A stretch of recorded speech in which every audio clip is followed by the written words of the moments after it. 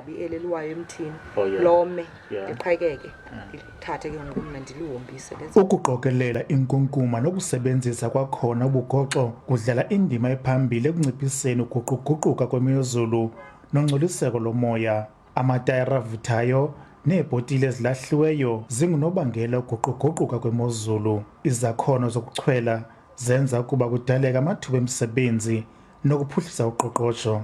Isizathu sobana ndenze yonke lena into is because one, I'm surviving, ndiyaphila kuyo.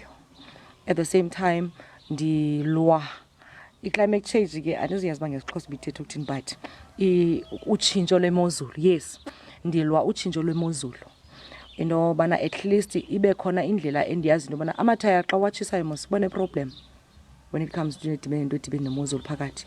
So mna ndathi okay, anything eyenza into yokokubana kuthiwe i-climate change yenziwa zezi zinto zinodoti phakathi, mandimqokelela abeyigolide mna ndenze something kuye.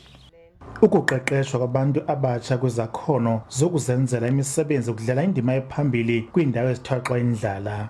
Ndithatha i-youth ndibanike i-skill so that mna njengoba mna ndisenza ifurniture nje kukhola phakathi into yobana mabaqokelele bona ndihambe ndiyothenga kubo. Ezi zakhono zokuchwela nokuguqula inkunkuma ibe zizinto ezibalulekileyo ngoku zizala amathokazi nanjengoko abantu abatsha bezifumanela amathuba okuvuka bazenzele. Mna ke ndingumntu oyithandayo kakhulu i-recycling, andiqali kwezi bhotile urecyclisha.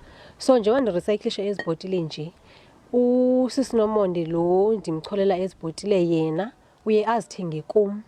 Umasipala waseKing Sabata Dalindyebo uneenkqubo ezicacileyo zokuncedisa eqeqesheni abantu abatsha kwizakhono ngezakhono abanazo. Ndinkululeko Nyembezi weendaba ze-SABC eMthatha.